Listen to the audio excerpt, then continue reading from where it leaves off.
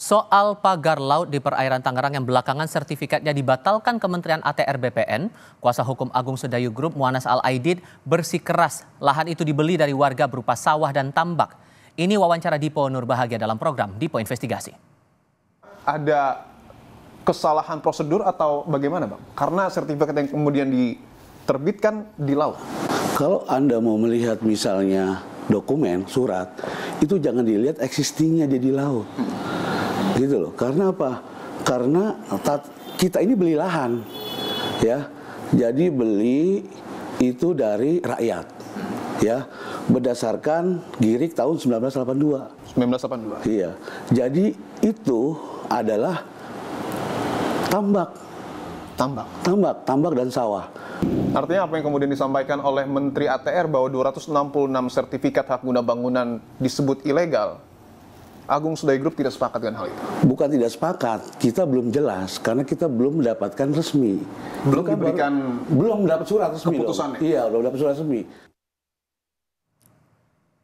Kasus pagar laut di Tangerang merembet ke proyek strategis nasional PIK 2. Hari ini, kasus pagar laut dan penetapan PIK 2 sebagai PSN dilaporkan sejumlah tokoh nasional ke KPK dengan tuduhan ada dugaan korupsi hingga memicu kerugian negara.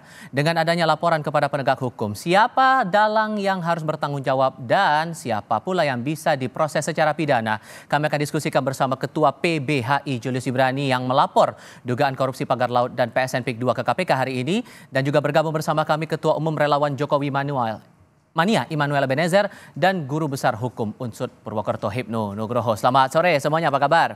Selamat sore, Mas. Terima kasih semua sudah bergabung. Saya mau langsung ke Mas Julius. Tadi di KPK saya butuh penjelasan lagi dan penegasan dari Anda. Teman-teman melaporkan atau mengadukan siapa dalam hal apa?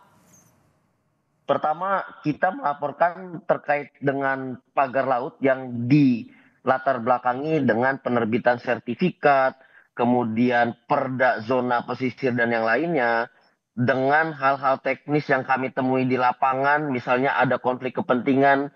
Presdir Agung Sedayu Group Nono Sampono adalah anggota DPD aktif, lalu sebagai presdir juga, lalu menerima sertifikat juga, itu konflik kepentingan karena dia penyelenggara negara. Lalu ada penggunaan KTP masyarakat secara ilegal sebagai nomini.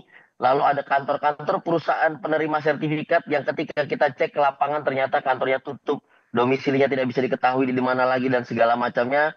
Kami sampaikan itu dan kami kaitkan dengan advokasi kami selama ini, mulai dari Perda RT RW Zona Pesisir tahun 2016 yang terjadi dugaan korupsi yang juga melibatkan aguan tahun 2016 itu. Lalu Ranperda di 2020 di Provinsi Banten. Jadi ini rangkaian panjang, kami jelaskan latar belakangnya. Dan siapa yang dilaporkan? Dari proyek itu kami laporkan mulai dari atas. Di situ ada Presiden Joko Widodo ketika itu yang memimpin, karena dia yang menetapkan proyek-proyek strategis nasional, sampai ke para menteri dan dinas di bawah. Dan yang kami kuatkan di dalam pelaporan itu adalah bahwa Menteri ATR sudah memecat bawahannya dengan dugaan pelanggaran administratif, termasuk administrasi yang diduga ilegal dan segala macamnya. Jadi kami laporkan itu mulai dari Presiden Joko Widodo ketika memimpin, menteri-menteri yang terlibat di situ siapa saja, pihak swastanya siapa saja, termasuk presdirnya. Kami gambarkan secara luas dan secara teknis di situ, gitu. Oke, merespon dari aduan yang disampaikan teman-teman ini, Bang Noel, Anda merasa bahwa proyek PSN PIK 2 ini memang bermasalah? Ya, kan kita nggak terlalu ini sekali ya soal PSN 2. Yang jelas mafia tanah itu ada. Dan apa yang dilakukan oleh kawan-kawan Julius PBHI ya, saya rasa kita semua mendukung, nggak, apalagi ada Abraham Samad di situ. Ini sosok tokoh yang punya integritas. Ya kita jangan terlalu tipis kuping atau terlalu khawatir dengan laporan kawan-kawan ya, karena ini kan buat Indonesia ke depan. Tapi saya sebagai pendukung Pak Jokowi kemarin, saya punya keyakinan lah beliau tidak terlibat dalam kasus PIK 2 ini. Kalaupun ada laporan ya nggak apa-apa, itu hak konstitusional yang dilakukan oleh kawan-kawan PBHI. Dan mereka juga saya yakin punya data ya dalam melakukan laporan ini. Sampai bawa nama Pak Jokowi juga, itu nggak masalah menurut Anda, Bang Noel? Loh, kan itu hak konstitusi kawan-kawan untuk melaporkan. Dan Pak Jokowi juga punya hak konstitusi untuk juga menyanggah. Kan nggak apa-apa, kan ini negara demokrasi, masa kita alergi dengan laporan-laporan begini. Ini bukan eranya Orde Baru, panik apa, langsung bikin apa. Enggak lah, kawan-kawan PBH itu juga orang-orang yang punya integritas lah, kita nggak khawatir. Jangan juga kita terlalu alergi dengan gerakan kawan-kawan PBHI. Karena apa yang dilakukan kawan-kawan PBHI itu sudah pernah kita lakukan dulu gitu loh. Jadi saya tidak terlalu khawatir.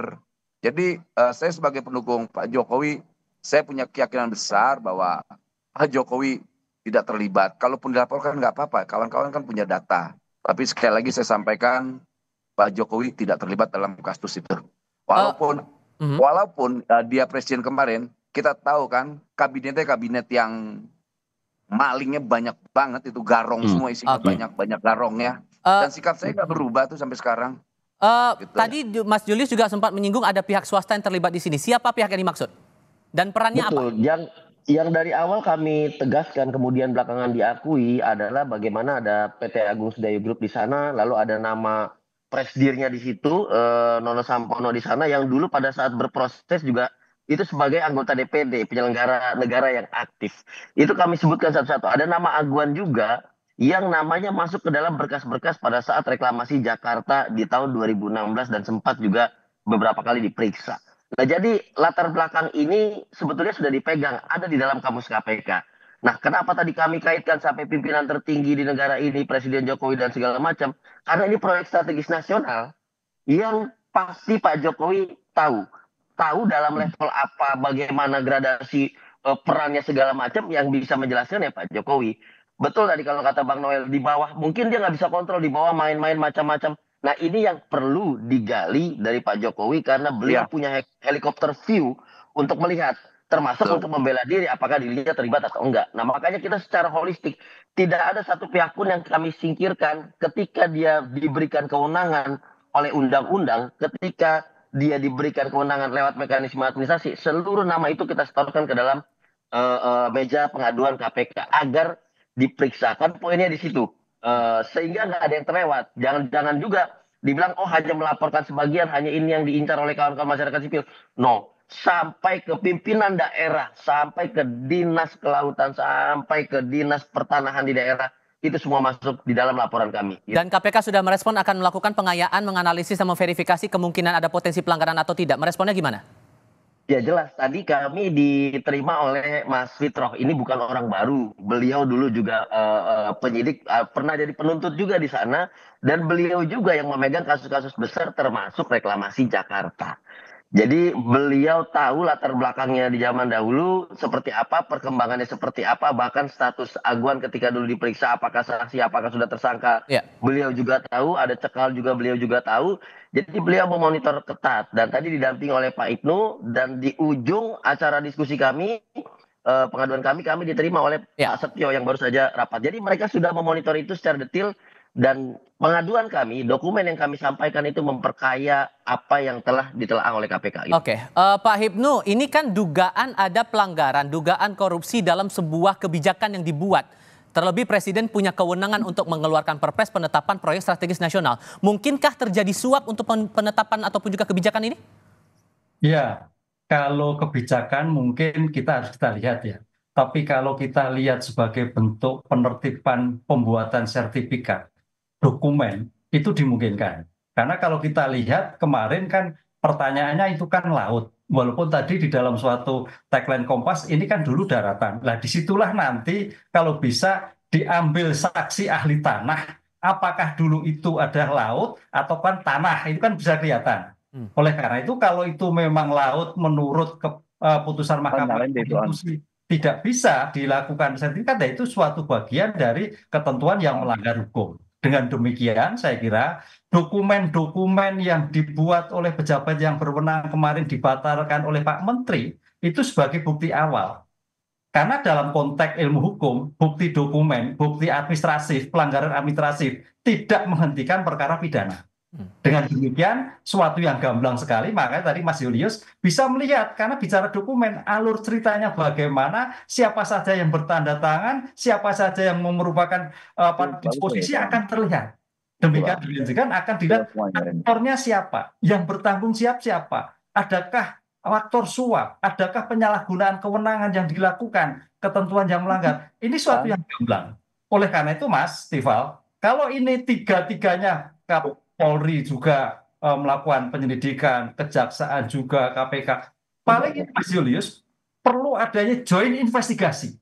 Nah, karena ini sudah bagian dari ranah masyarakat umum seluruh Indonesia melihat aspek ini, joint investigasi sebagai di antara penegak hukum itu harus dilakukan. Jadi jangan sampai kejaksaan berjalan sendiri, Baris Krim berjalan sendiri, KPK sendiri. Tujuannya satu, untuk membuka kasus kaitannya dengan tagar yang melibatkan adanya SHB yang timbul di dalam perairan. Maka bukti kuat apa sebetulnya yang bisa jadi pegangan bahwa pihak KPK bisa menyelidiki ini lebih lanjut dan memungkinkan bahwa ada potensi pidana di dalam ini? Kita akan bahas lagi di segmen berikutnya, usai jeda berikut. Kami masih melanjutkan diskusi. Pak Hipnu melanjutkan pertanyaan saya di segmen sebelumnya. Jadi bukti kuat seperti apa yang harus ditunjukkan oleh pengadu agar proses kasus ini bisa dilanjutkan oleh KPK? Iya, saya Mas. Iya, Pak Hipnu, silakan. Iya, bukti dokumen evidence itu Mas. Jadi dokumen evidence itu akan bicara dengan tingkat suatu logika yang jelas. Karena bukti dokumen yang terlihat, maka tadi saya katakan, saya pernah melihat beberapa dari media sosial, itu bukti kepemilikannya, itu kalau kita punya sertifikat kan bisa hibah, bisa warisan, bisa jual beli. Itu yang saya lihat adalah keputusan menteri dokumennya. Berarti adalah kebijakan menteri ketika itu asal pemilikannya. Nah, ini yang harus dikaji. Oleh karena itu, kita harus melihat kalau menteri berarti penyelenggara negara. Penyelenggara siapa? Ya pada waktu itu. Disitulah saya kira teman Mas Julius dan saya itu melambatkan negara. Karena itu penyelenggara negara. Apakah penyelenggara menteri itu berdiri sendiri kebijakannya ataukah melalui karena tindakan dari atas? Nah, dari atas siapa? Disinilah nanti akan diurut sebetulnya aktor intelektual dari kasus ini siapa. Kalau yang terkait dengan kepala BPN dinas, provinsi, kemudian kabupaten itu hanya pelaksana. Tapi aktor intelektual itu yang saya kira menjadikan poin penting sampai keluarnya 263. Sebagai bukti dokumen yang kemarin sudah dibatalkan, dan dibatalkan itu sebagai bukti awal, apalagi dengan pembatalan pagar. Pagar itu Mas Tifal, pagar itu kalau orang Jawa kan batas. Oh ini milik Mas Julius, ini Mas Immanuel, batas itu. Dengan batas itu kan berarti ada pemilikan. Nah ini suatu yang tidak dipisahkan. Milik dulu baru dipagari. Oke, jadi bisa selaras kedua-dua kasus ini bisa diproses ya? Oh iya, suatu kesatuan yang tidak dipisahkan menurut saya. Oke. Jadi kan bisa dikatakan bahwa teman-teman ini, Mas Julius, menganggap bahwa dalam proses penerbitan Perpres atas PSN itu ada kong kali kong, ada pat-pat gulipat antara pihak swasta dengan penyelenggara negara. Buktinya apa? Itu yang aku buktikan nanti. Itu Mas nanti Julius? Mas Immanuel nanti yang menjelaskan itu. Adakah itu? Tapi Oke, kalau sorry Pak Pak Ibnu, mohon maaf. Ini tujuan pertanyaan saya ke Mas Julius. Mas Julius, ada kong kali kong apa yang teman-teman tangkap antara pihak swasta dengan penyelenggara negara dalam penerbitan Perpres PSN itu? Ini yang tadi awal saya katakan, gambaran korupsi reklamasi pantai Jakarta di 2016 itu titik awalnya dari kebijakannya. Ketika kebijakan itu menjadi legitimasi terhadap perampasan lahan publik berupa laut. Nah, apakah prosesnya itu dilakukan secara terbuka, melibatkan masyarakat, melibatkan kelompok korban dan segala macamnya? Ternyata tidak. Nah, dalam penerbitan Perpres ini juga kami tidak lihat ada satu proses yang transparan terbuka. Siapa saja yang terlibat di situ, itu yang perlu diperiksa. Gitu. Apakah barang itu sudah jadi sebelum dibahas atau betul-betul dibahas secara detail? Itu juga yang perlu diperiksa. Karena di dalam proses ini kami lihat bukan hanya top down menggunakan kebijakan, di bottom up juga ada. Jadi seolah-olah di bawah ini untuk pengurusan administrasi yang begitu cepat juga sudah menyambut apa yang sedang dilakukan di level atas. Jadi kita lihat orkestrasi yang begitu kuat. Makanya kita bilang tidak mungkin ini dilakukan secara terpisah.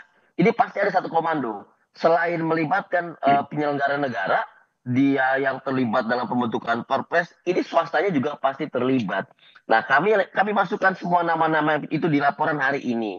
Karena tidak mungkin apabila hanya satu pihak saja. Pasti dua pihak ini telah setuju menerbitkan kebijakannya, menerbitkan Perpresnya, sampai pemagaran di lapangannya.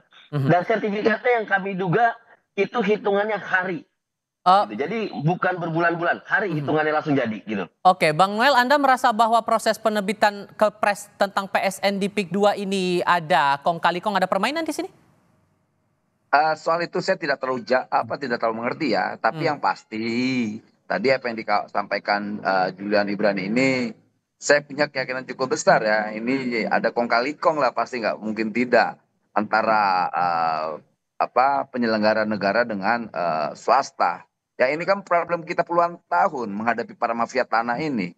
Jadi saya rasa apa yang dilakukan kawan-kawan PBAI, Abraham Samad harus kita dukung. Tapi saya tegaskan sekali lagi, kemarin juga kita ngebahas kawan-kawan dengan Pak Jokowi soal PIK 2 ini. Pak Presiden hanya ketawa aja, kok kenapa saya dikait-kaitkan. Tapi itu hak kawan-kawan untuk menyampaikan dan juga hak Pak Jokowi juga untuk mengklarifikasi. Inilah pentingnya dalam penegakan hukum, instrumen-instrumen yang basisnya adalah penegakan hukum. Karena kan kita yakin Julius ini kan bukan lembaga partai politik dan tidak ada momen politik. Jadi kita ngelihatnya ya real ini penegakan hukum gitu. Apalagi Abraham Samad, dia sosok yang punya integritas. Dia bukan kelompok partisan. Jadi kami punya keyakinan ya bahwa ini ya real pure penegakan hukum. Jangan sampai laut ini dikuasai oleh orang-orang yang tamak dan rakus. Gitu loh. Saya dalam hal ini sepakat sekali dengan apa yang dilakukan kawan-kawan PBI. Tapi sekali lagi saya tegaskan, saya punya keyakinan bahwa Pak Jokowi, mantan presiden, tidak terlibat. Sebagai penutup, Prof. Hipnu, singkat saja, kalau Anda melihat, Anda mengusulkan bahwa 3 penegak hukum ini bisa terlibat dalam satu tim besar untuk mengusut kasus ini, siapa leading sektornya dan bagaimana cara mensinkronkan gerak antara 3 lembaga ini? Nah, inilah joint investigasi saya katakan tadi. Maka jangan sampai terjadi ekosektoral. Tujuannya sama, untuk mengungkap. Jadi saya kira tidak bisa menentukan siapa, tapi sama-sama. Siapa yang mempunyai kemampuan data yang lebih unggul, data yang lebih akurat, itulah yang saya kira memimpin joint investigasi tersebut. Jika jangan sampai ego, wah ini Barreskrim, ini Kejaksaan, ini KPK, jangan. Tapi menurut satu kesatuan dibuka bersama, saling melengkapi, saling menginformasi sehingga perkara ini cepat selesai dan kalau memang kesalahan cukup ditindak, siapa yang bersalah itu bersangkutan. Inilah yang kita inginkan, konsep joint investigasi dalam pengungkapan kasus-kasus tanah yang berkaitan SHGB Pagar Laut. Oke, Mas Hipnu, kemudian ada Bang Noel dan juga Mas Julius. Terima kasih banyak sudah mau berdiskusi bersama kami hari ini. Selamat sore semuanya. Terima kasih. Sore, Mas Bang Noel.